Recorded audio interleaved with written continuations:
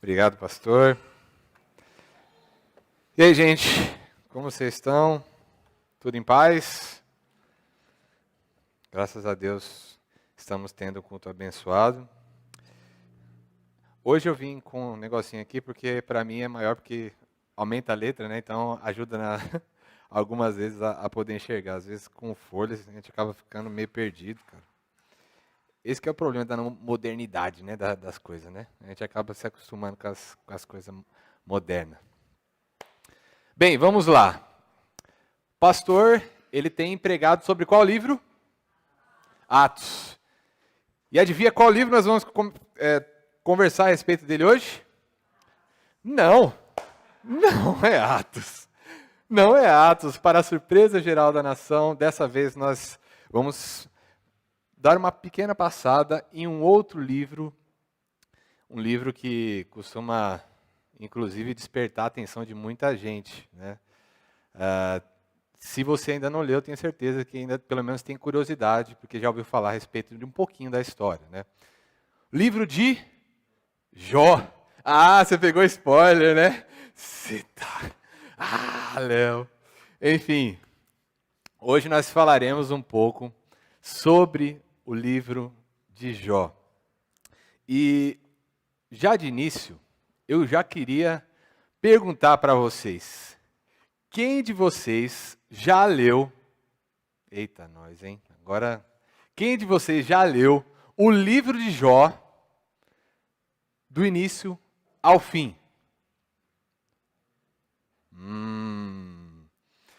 Ó, agora eu vou fazer a minha pergunta. Vamos ver se vocês mantêm o seu posicionamento. Quando eu falo do início ao fim, eu quero dizer que o que está valendo é do capítulo 1 ao capítulo 42. Por que eu estou falando isso? É estranho, né? Mas não seria incomum se alguém dissesse, né? Bem, eu li o primeiro capítulo, né? Até aconteceu toda aquela desgraceira com aquele homem, coitado, né? E aí eu fui até aquela parte lá que tem a mulher dele, né? Que fala amaldiçoa teu Deus e morre. E depois tem aquela partinha lá assim, e em tudo isso Jó não pecou com os seus lábios. Inclusive, essa é a parte que mais costuma ter, o pessoal tem interesse, né? E digo mais, né? De uma forma meio não muito explicável, o que se costuma fazer, né? Nessa época de gente ansiosa, chegam nessa parte, aí o pessoal já fala assim, caramba, e como é que é o desfecho desse negócio, né? Aí eles olham assim, 10, 11, 12, 15 capítulos, não, peraí. Aí já pega, já folheia tudo, já vai direto pro fim, né? Para ver o que deu, qual que foi o resultado desse problema. Por isso que eu falo, né? Se todo mundo já leu o livro de Jó, do início ao fim. Porque o costume é que no hiato ali, na conversa de Jó com os amigos, a galera meio que dá aquele salto, né? Já vai direto pro final para saber como é que o negócio acaba, qual que é o desfecho. Quem nunca, né? Quem nunca? Bem, nessa noite, eu gostaria de oferecer um conselho para você que não leu ainda Jó. Um conselho talvez inesperado. Quer ouvir? Se você tem um coração orgulhoso, não leia o livro de Jó. Se você não suporta ser confrontado, não leia o livro de Jó. Se você imagina que você conhece o suficiente a respeito de Deus e isso basta, não leia o livro de Jó. Não leia. Se você crê piamente que os seus conselhos espirituais, né, foram certeiros, boca de Deus para aquela ocasião, cuidado. Talvez o conteúdo do livro de Jó ele possa não ser muito bom, porque pode revelar o quão frágeis são as nossas suposições.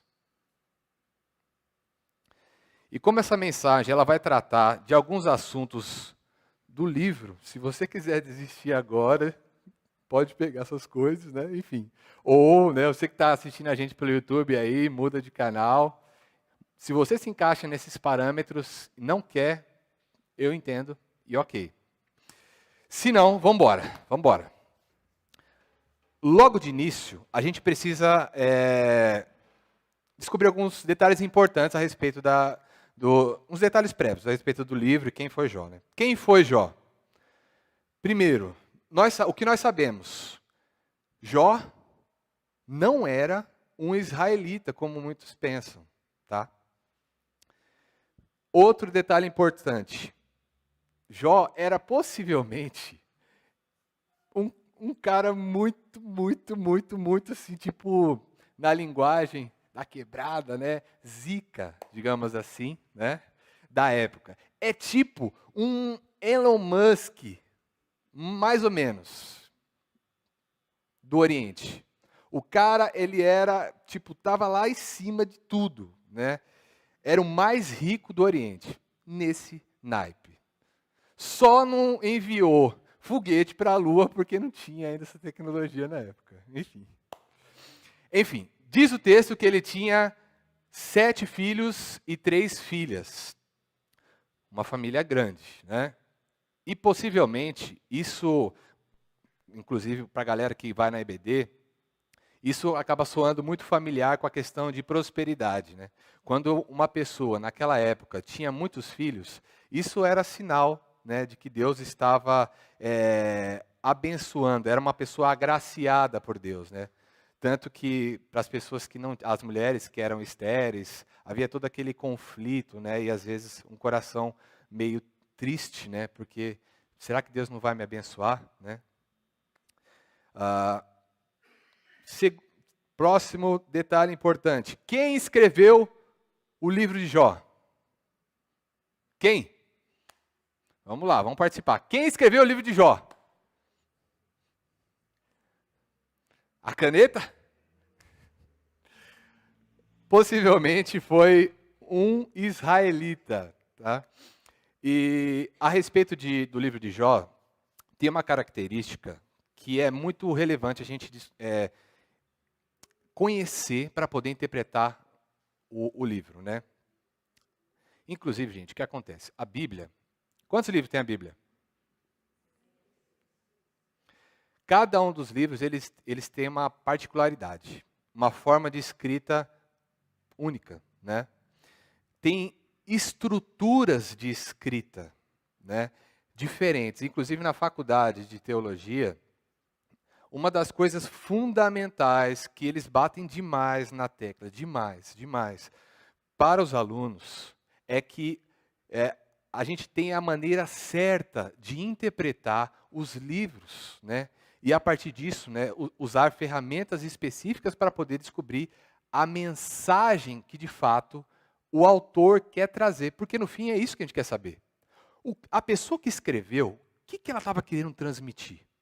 É isso que a gente quer saber. Qual que era a mensagem real? Não o que a gente acha que é, né? Mas sim, de fato, a mensagem pura. Né? E aí, uma das coisas que é utilizada para poder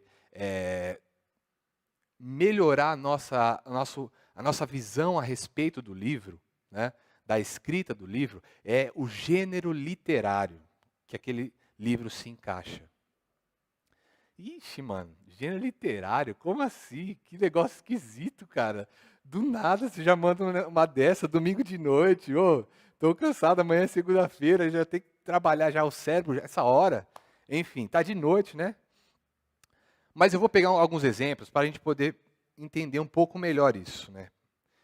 E faz sentido eu trazer essa parte, justamente para que vocês entendam alguns detalhes posteriores da mensagem. Gênero literário. Vamos lá, eu vou pegar um exemplo aqui de gênero literário. Existe um chamado gênero literário epistolar, que é de carta, né? Alguns livros da Bíblia foram escritos nesse formato. Aí o que tem nesses livros? Saudação. Aí, como é uma saudação? A vocês, graça e paz da parte de Deus, nosso Senhor. Isso é uma saudação, né?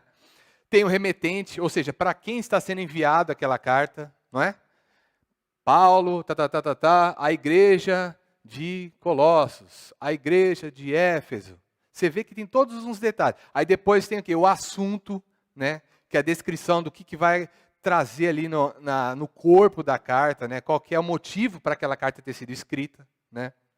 Enfim, isso aí são características do gênero epistolar. E aí eu vou fazer um algo mais dinâmico com vocês, falar até para os meninos liberar para nós o Data Show.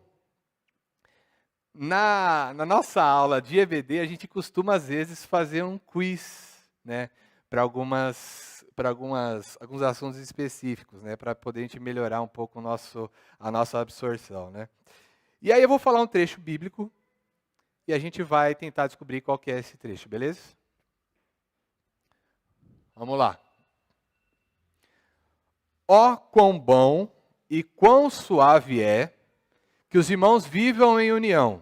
É como o óleo precioso sobre a cabeça, que desce sobre a barba de Arão, e que desce a orla das suas vestes, como orvalho de Hermon, que desce sobre os montes de Sião, porque ali o Senhor ordena a bênção e a vida para sempre. E aí, a partir disso que a gente leu, qual é o gênero literário que vocês imaginam se encaixar nesse trecho que nós lemos agora?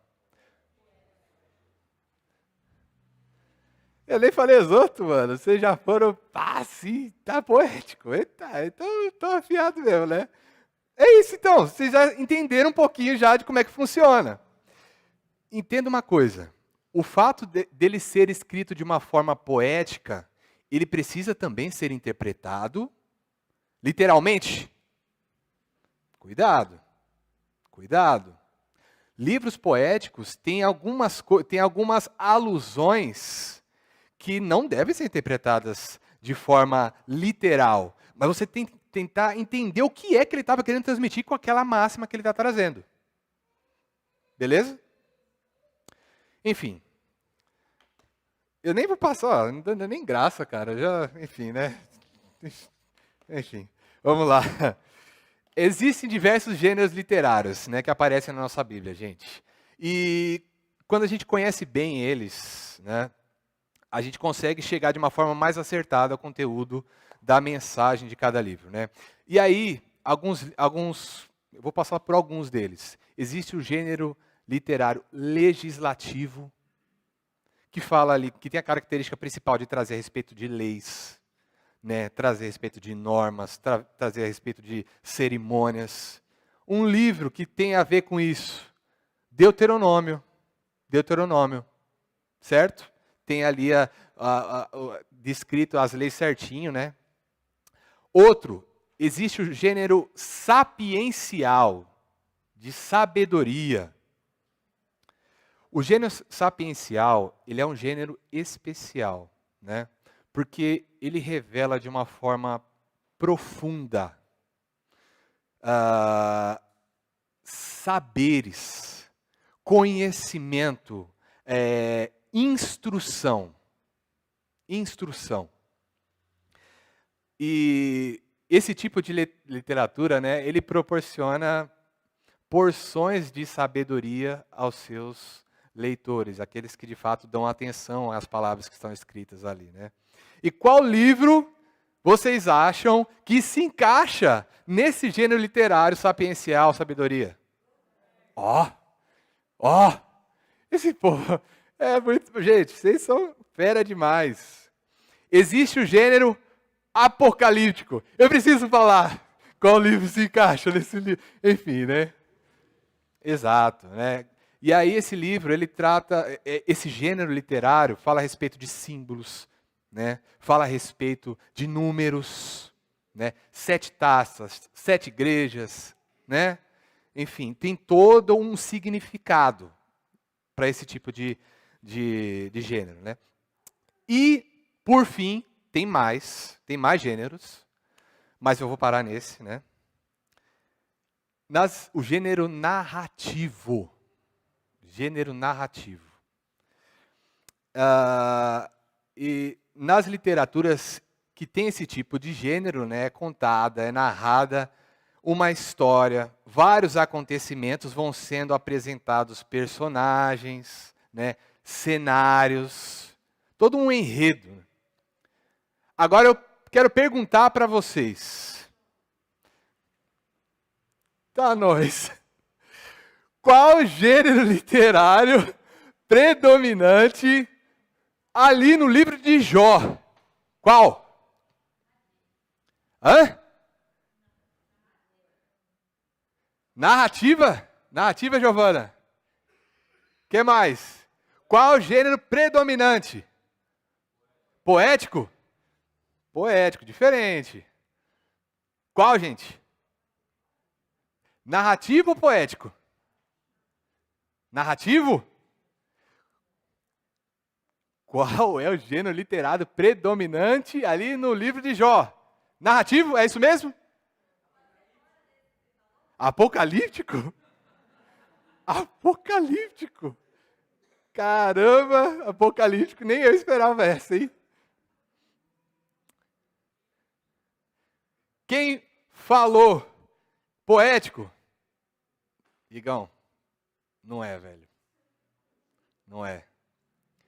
Quem falou narrativo? Também não é, gente! Também não é! Como assim também não é? O livro de Jó, o gênero predominante não é narrativo? Não. E aí é que já se descobre algo importante para saber interpretar o livro de Jó. O livro de Jó se encaixa no gênero sapiencial, de sabedoria. E aí, a partir disso, já começa a descoberta, gente. Já começa a descoberta. Porque a gente começa a enxergar o livro de Jó de uma forma diferente. Ele já não é mais meramente uma história. Ali, há acontecimentos narrados e etc., né? Mas o que ele vem trazer é sabedoria aos simples. Sabedoria, né? Aos ingênuos, aos inexperientes. Então, pois bem, a gente já aprendeu essa parte. Vamos seguir então. Vejamos o que a gente consegue aprender um pouco mais desse livro. Sem dúvida nenhuma, Jó, ele aborda a questão do sofrimento humano de uma forma que nenhum outro livro da Bíblia aborda. Isso eu acredito que vocês concordam comigo, aqueles que leram concordam comigo, né? E o texto começa contando sobre como Jó estava vivendo tranquilamente a sua vida. Vamos lá, abrir as nossas Bíblias, Jó, capítulo 1. Jó, capítulo 1. A gente vai ler o versículo, a partir do versículo 1.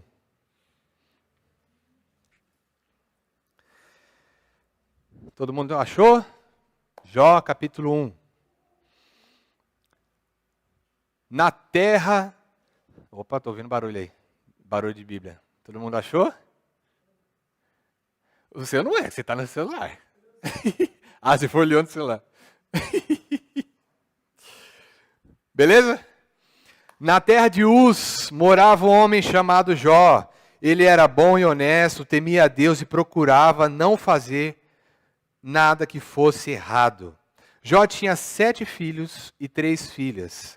E era dono de 7.000 ovelhas, 3.000 camelos, 1.000 bois, 500 jumentas. Tinha também um grande número de escravos. Enfim, Jó era o homem mais rico de todo o Oriente. Os filhos de Jó iam às casas uns dos outros e davam banquetes. E cada um por sua vez, né? E as 3 irmãs eram sempre convidadas para esses comes e bebes. Quando terminava uma rodada de banquetes, Jó se levantava de madrugada e oferecia sacrifícios em favor de cada um dos seus filhos, para purificá-los.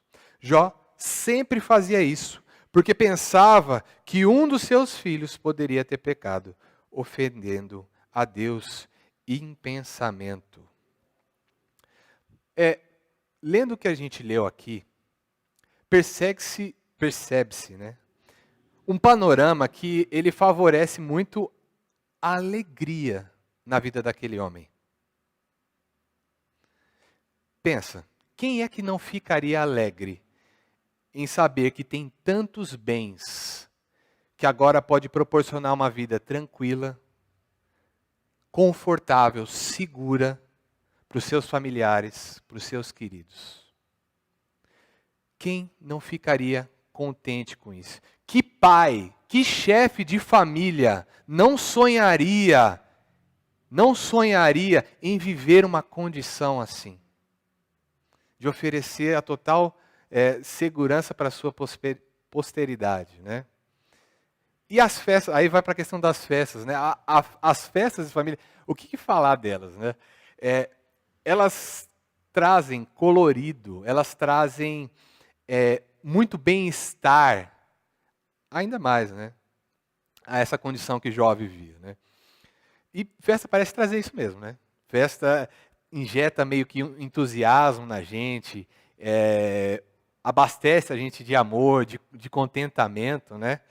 Na minha família, por exemplo, a gente tem um costume, né, de se reunir em alguns momentos específicos durante o ano, né, para passar um tempo junto. Aí, Natal, Páscoa, né, imagino que isso também aconteça em muitos dos lares de vocês aí, né.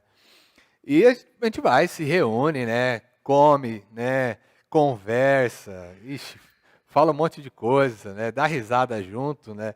E engraçado que sempre que passa essas festas, parece que há um estreitamento de laços, né, entre aqueles que participaram, né?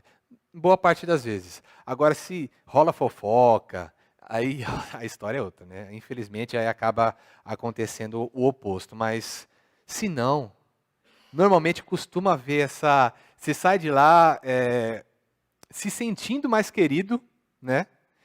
E também os outros percebem, né, o quanto é valioso esse vínculo, né?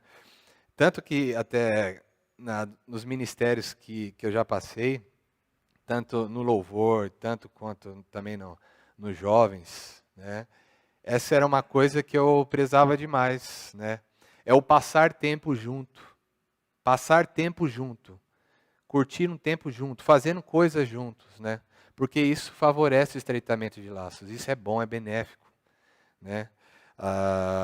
E eu tenho certeza que você, com certeza absoluta, já deve ter vivido algo assim na sua vida. Com certeza, né?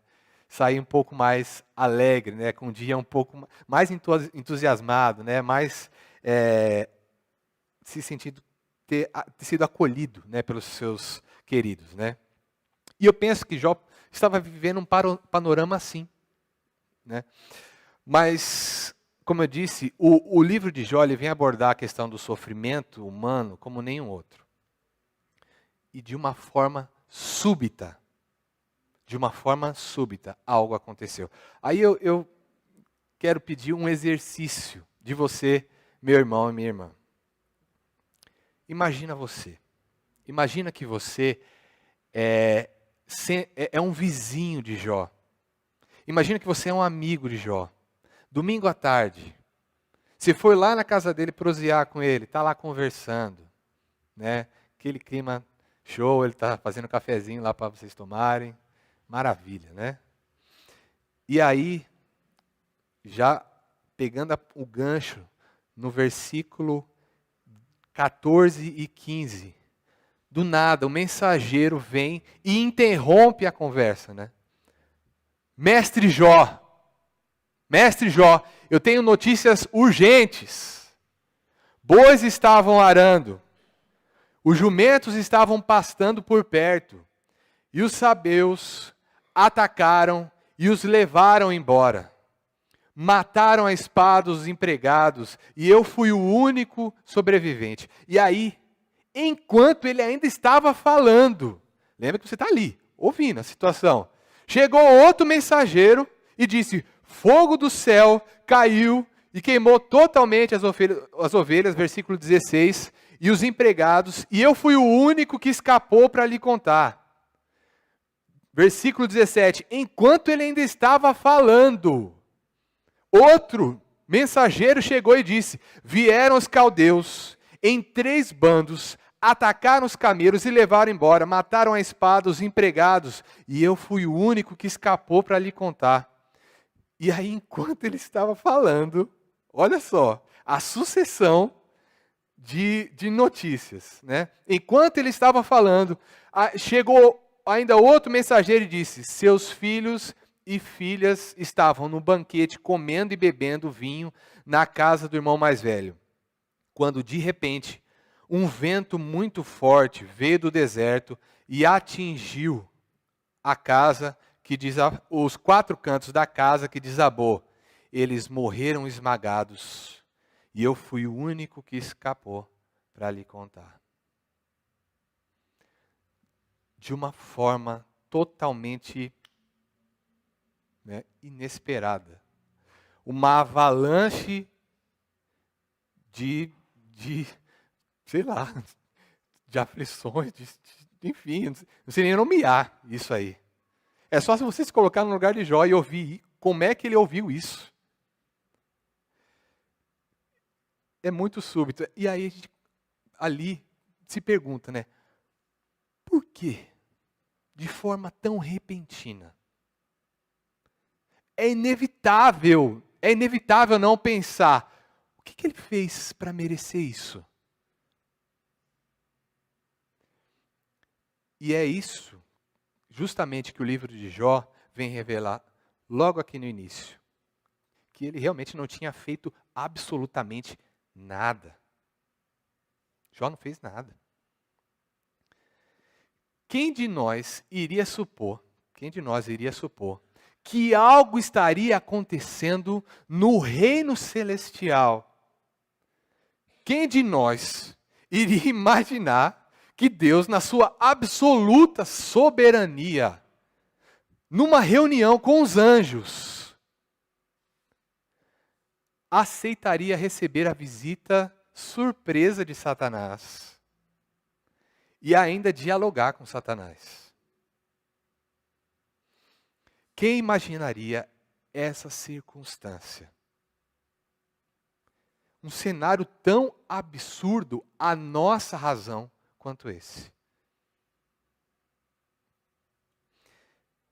E Satanás, ele recebeu o aval para causar sofrimento a esse servo do Senhor, né? E aí é que eu queria abrir um parêntese com vocês. Eu chamo a atenção de vocês para um detalhe. Talvez vocês não tenham notado isso ainda. Ao receber a permissão, Satanás, ele demonstrou o potencial que ele tem para destruir, né? Mostrou quanto ele é ardiloso, o quanto ele é estrategista e também quanto ele é poderoso. Tá? Percebe? No texto que a gente leu, nesses versículos aí do 14 até o 16, até o 19, né? Ou foi 18? 19, né? Isso. Satanás, ele não atacou de imediato. Ele observou o cotidiano de Jó. Ele observou o cotidiano dos familiares de Jó. Ele observou o cotidiano dos servos de Jó. O que eles iriam fazer nos próximos dias? Depois, ele começou a influenciar de tal forma que ele acabou atiçando o coração de grupos de pessoas. Porque fala lá, de povos diferentes, inclusive, né? Sabeus e caldeus, né? É isso que o texto fala. Atiçou o coração deles para cobiçarem aquilo que era de Jó. Ponto 2. Ponto 3. De alguma forma que eu também não sei explicar, foi autorizado que ele manipulasse as forças da natureza. Isso aí, acho que para vocês também deve estar claro isso, né? Porque quem é que consegue fazer meteoro cair do céu pela vontade? Você consegue? Você consegue, Flávio? Pois é. E essa manipulação da natureza também foi usada na hora de atacar os filhos dele. Porque fala o texto o quê? O que aconteceu?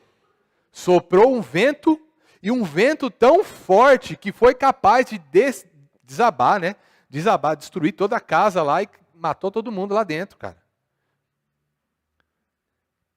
E não só isso. E se a gente for pensar, gente, se a gente for ver esse texto, esse trecho que a gente leu bíblico, de forma literal,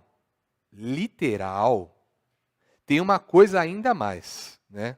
A gente pode concluir, né, que ele demonstrou até a sua precaução com relação ao tempo dos acontecimentos. Ele planejou para que todas as coisas acontecessem no momento certo. Até, inclusive, aí, se for realmente, se for extrapolar mesmo, aí, até as condições físicas dos servos, as condições físicas do transporte deles, talvez o cavalo, enfim, né? Porque o que o texto fala? O que o texto fala? Que foi um mensageiro e logo depois chegou o outro, e enquanto estava falando, chegou o outro. Na verdade, é tudo para fazer o quê? Para que, de alguma forma, todas aquelas notícias bombásticas chegassem de uma vez para ele. De uma vez. Para causar o maior impacto possível em Jó. E aí você percebe o quão tenebroso foi Satanás nessa ação dele. Né?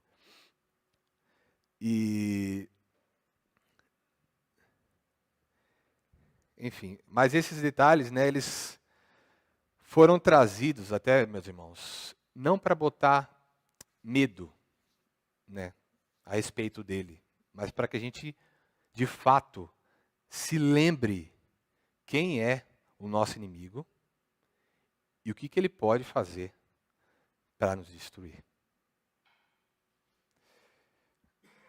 E segundo, né, esses detalhes, eles também foram trazidos para a gente lembrar quem que é o nosso aliado. Quem que é o nosso aliado, gente? É o nosso Pai, é o nosso Deus, né? Satanás só atuou na vida de Jó porque Deus permitiu. Porque Deus permitiu.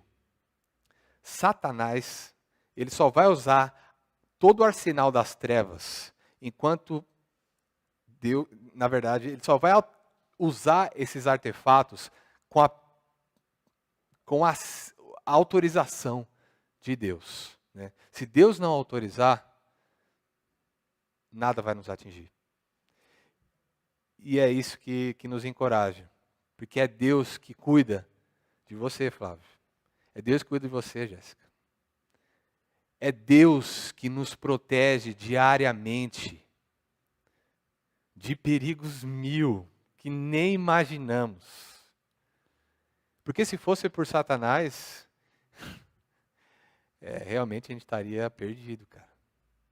Mas nós temos um Pai que zela e vela por nós, que nos protege a todo momento.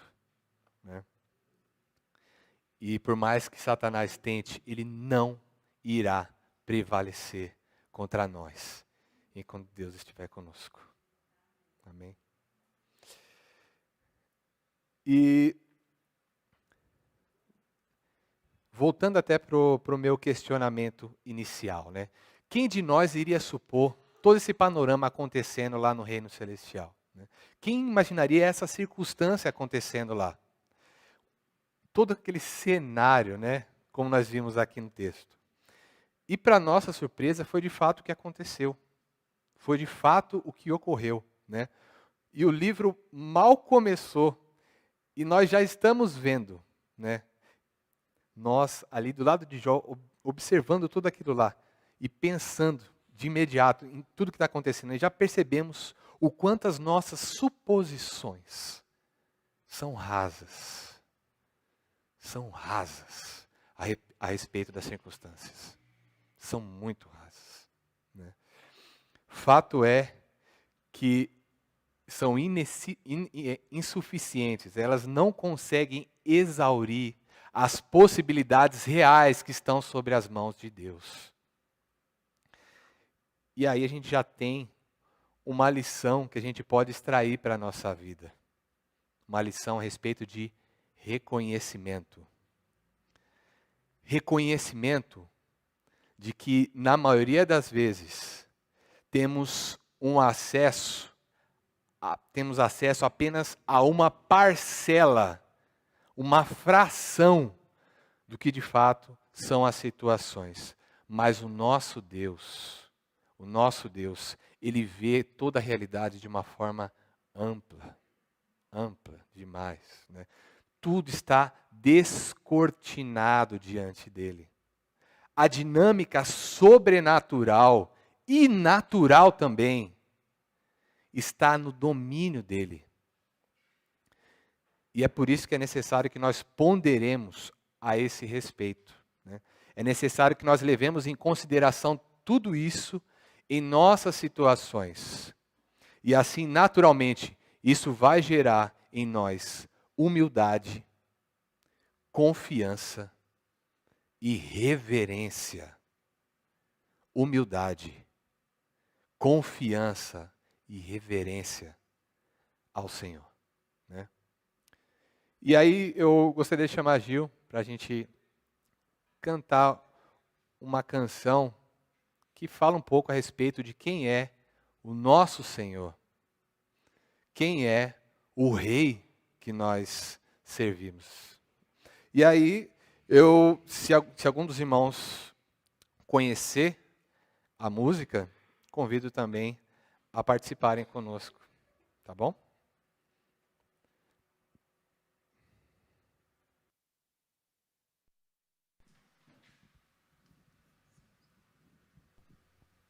Som.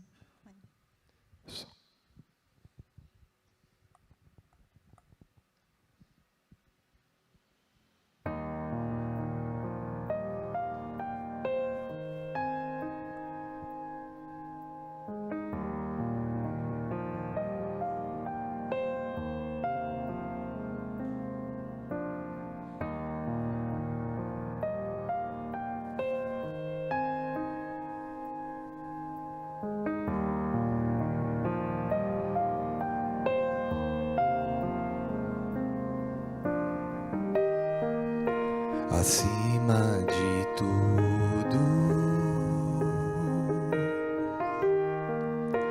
acima de todos, está o Senhor entronizado.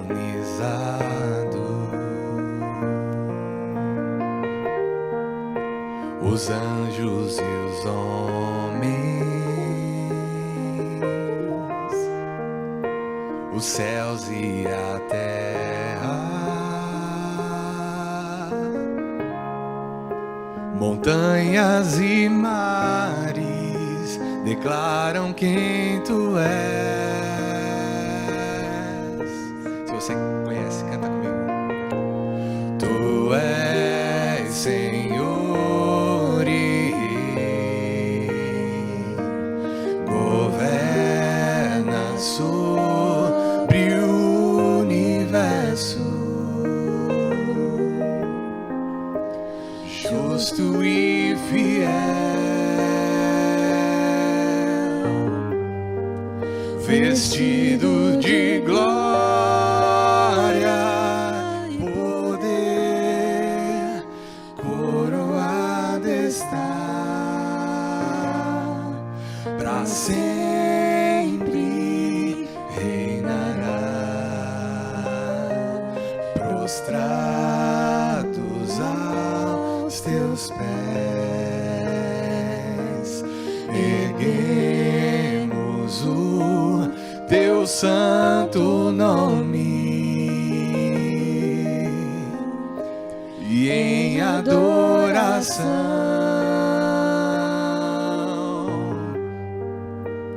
nos entregamos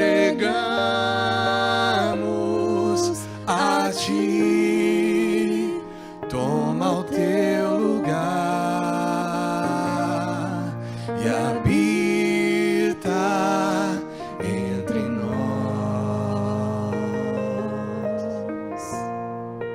ó Santo Deus.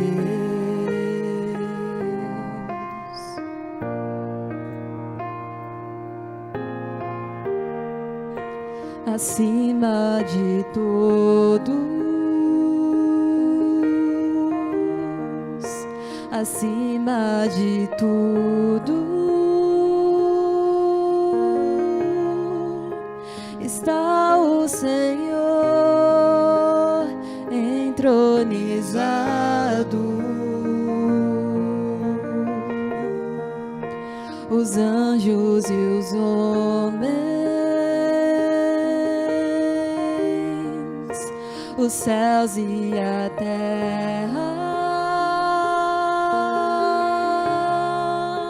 montanhas e mares declaram quem tu és.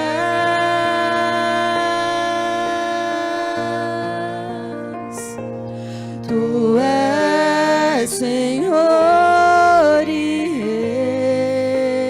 Rei, governa sobre o universo, justo e fiel,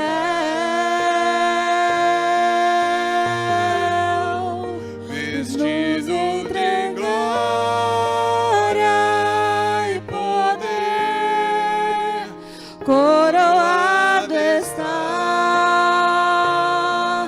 para sempre reinará, prostrados aos seus pés, erguemos o seu santo nome em adoração,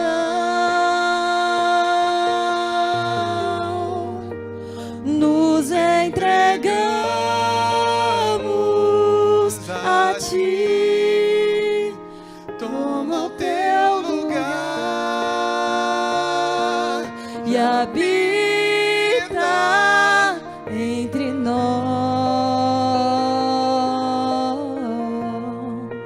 ó Santo ó Santo ó Deus, Santo ó Santo Deus, ó Santo Deus,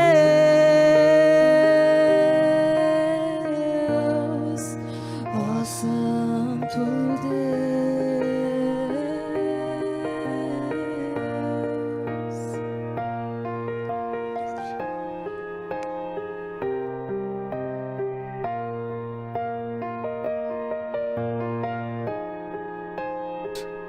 O nosso Senhor, que merece a nossa adoração. Continuando, porque não acabou ainda, gente. Sei que vocês querem ir embora, mas tem mais um tequinho ainda para nós. O livro de Jó, ele começa contando a respeito de um personagem que ele tem uma vida totalmente singular. E isso não é por causa da riqueza, não é por causa da influência que ele tem, nem quantos seguidores ele tem no Instagram. Jó, ele era um homem tão íntegro, tão justo, né? Se desviava do mal. O seu zelo, ele foi tão especial. Era uma devoção tão única, que o próprio Deus reconhece essa diferenciação de Jó. O próprio Deus reconhece essa diferenciação dos demais e dá testemunho a respeito dele. Versículo 8, do capítulo 1 ainda.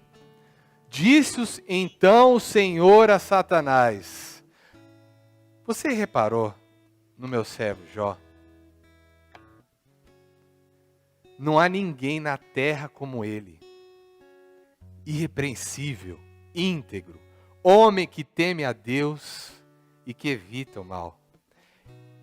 É inevitável não associar o orgulho que Deus tem a falar dessa forma a respeito de Jó, né?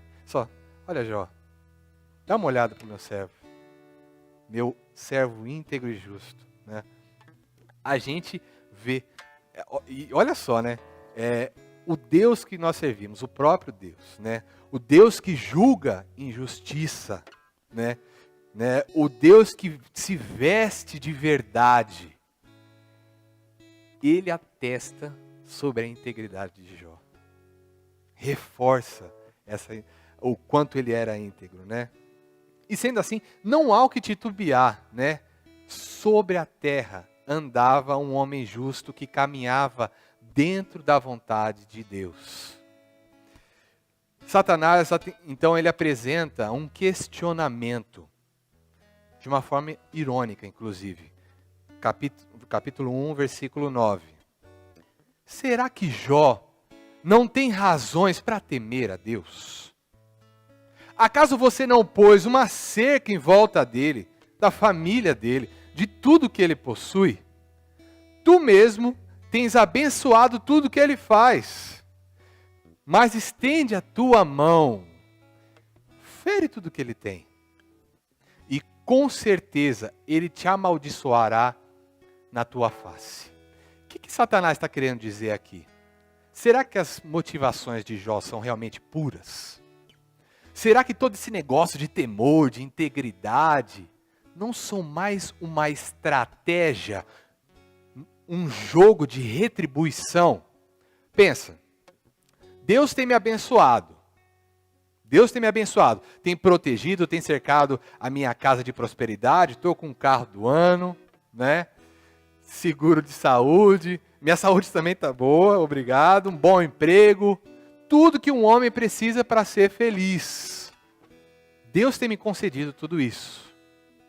Naturalmente, então, vou responder a esse cuidado de Deus para comigo com a minha devoção a Ele, com a minha lealdade a Ele.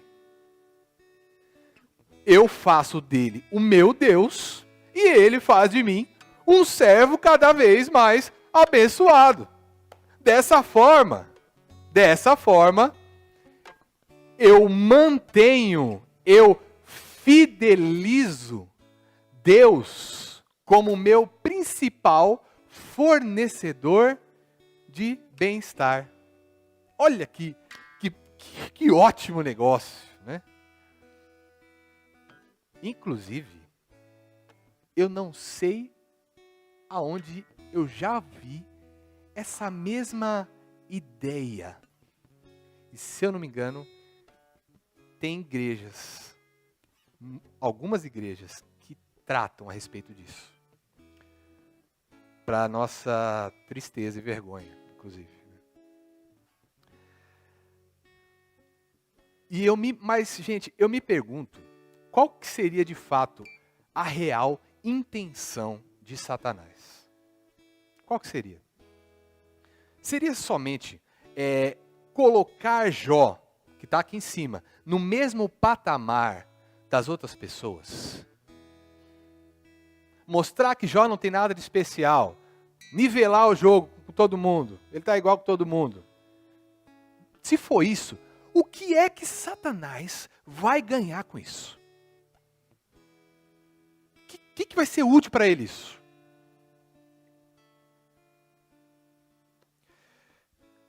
Será que Jó era de fato o alvo de Satanás? Eu tenho a sensação que não. Na verdade, até pode ser uma tentativa sim de nivelamento. Pode ser uma tentativa de nivelamento sim. Faz sentido, mas não a respeito de Jó. Não a respeito de Jó. Olha de novo a conversa. No capítulo 1, versículo 9.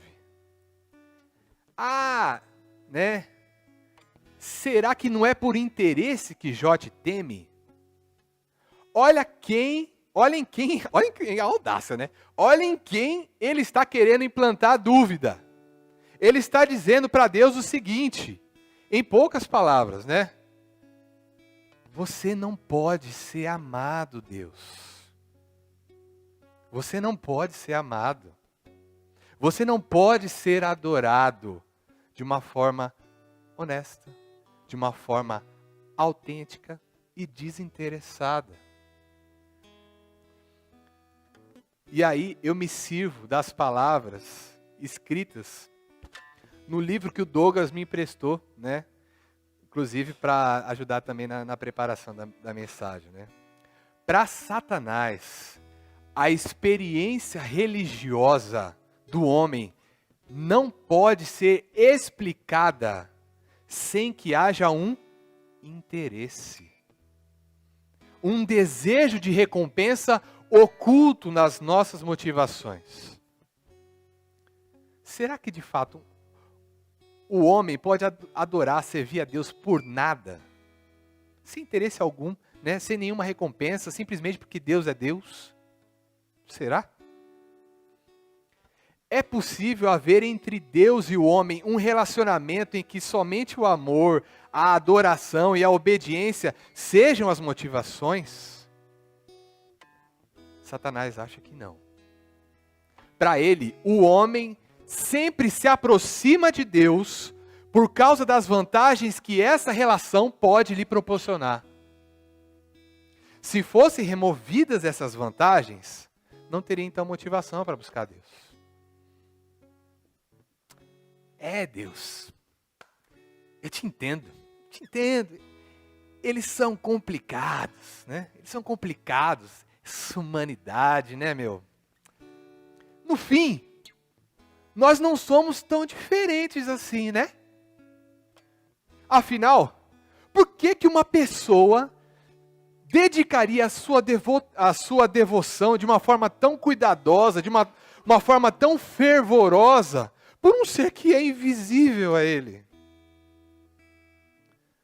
No fim, você ganha a lealdade dos seus seguidores por aquilo que você concede a eles, pelo bem-estar que você proporciona a eles. Eu sei bem como é. Eu estou ligado como é que funciona. Veja as glórias desse mundo. Os reinos. Tudo isso eu te darei, se prostrado me adorares. Quem poderia resistir a uma proposta tão vantajosa quanto essa? Quem? Mas o nosso mestre resistiu. Ele conseguiu resistir. E essa noite, eu faço uma pergunta para você, uma pergunta cabal, que os nossos corações muitas vezes temem ouvir. É possível você, Leonardo, me amar de uma forma genuína? Cris, é possível você me amar de uma forma genuína?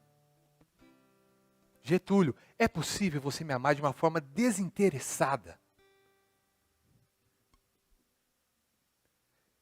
se a sua lealdade e o seu fervor vão continuar ardendo por mim na mesma intensidade, se eu deixasse de entregar aquilo que é interessante para você? Jó, ele não só deixou de receber, mas ele perdeu tudo aquilo que ele tinha. Ele perdeu. Mas a resposta de Jó, até mesmo sem saúde, a resposta dele foi: bendito seja o Senhor. E eu imagino o quão valioso, o quão doce pode ter sido ouvir essas palavras de um servo numa condição tão devastadora quanto a de Jó. Será que nesse lugar, aqui, na PIB de Caieiras, nós encontraremos adoradores tão verdadeiros, tão autênticos, os quais Deus não se envergonha deles, de ser chamado seu Deus? Analisemos os nossos corações e com o fogo que vem do Senhor, que esse fogo remova a escória de interesses que muitas vezes impregna em nosso coração e empobrecem o nosso amor, inclusive nos deixa vacilantes, porque a gente fica até em dúvida se de fato a gente ama a Deus. Que haja só uma intenção em nós, meus irmãos. Só uma intenção.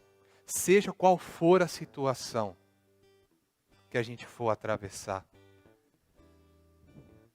que durante ela e até o fim, a gente possa dizer, seja o que for, bendito seja o Senhor.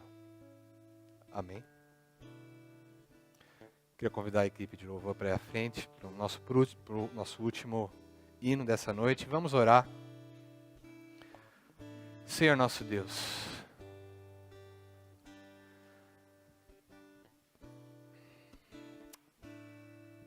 o quanto nós precisamos, o quanto nós necessitamos do Senhor, nós não temos noção, de fato. E pedimos, Deus, que o Senhor possa trabalhar em nosso coração. Possa, Deus, modificar a nossa visão. Nos auxiliar a entender que o Senhor merece toda a nossa devoção, todo o nosso amor, da forma mais ardente possível. Seja qual for a situação que nós estivermos enfrentando, meu Pai. Não estamos com o Senhor porque o Senhor oferece as coisas a nós. Não estamos com o Senhor pelo bem-estar que o Senhor nos proporciona, Pai. Nos ajude a lembrar disso. O nosso amor é teu. O Senhor é o alvo do nosso amor, Pai. E é por isso que nós estamos aqui. Nós ansiamos que o Senhor fale conosco. Nós ansiamos que o Senhor esteja cada vez mais presente na nossa vida. Nós ansiamos que o Senhor derrube as barreiras que tem dentro do nosso coração, que causam a divisão entre nós e o Senhor. Nos salva, Pai, inclusive de nós mesmos. Nós precisamos do Senhor, do poder que há no seu nome. E como o seu amor é poderoso. É capaz de derreter até o coração mais gelado e fazer bater de novo. Ó Deus, nos ajuda a oferecermos a Ti louvores, sim, mas uma vida consagrada, uma vida de adoração plena ao Senhor, o nosso único Deus, a nossa fonte eterna de contentamento. É em nome de Jesus que nós oramos e agradecemos por tudo. Amém.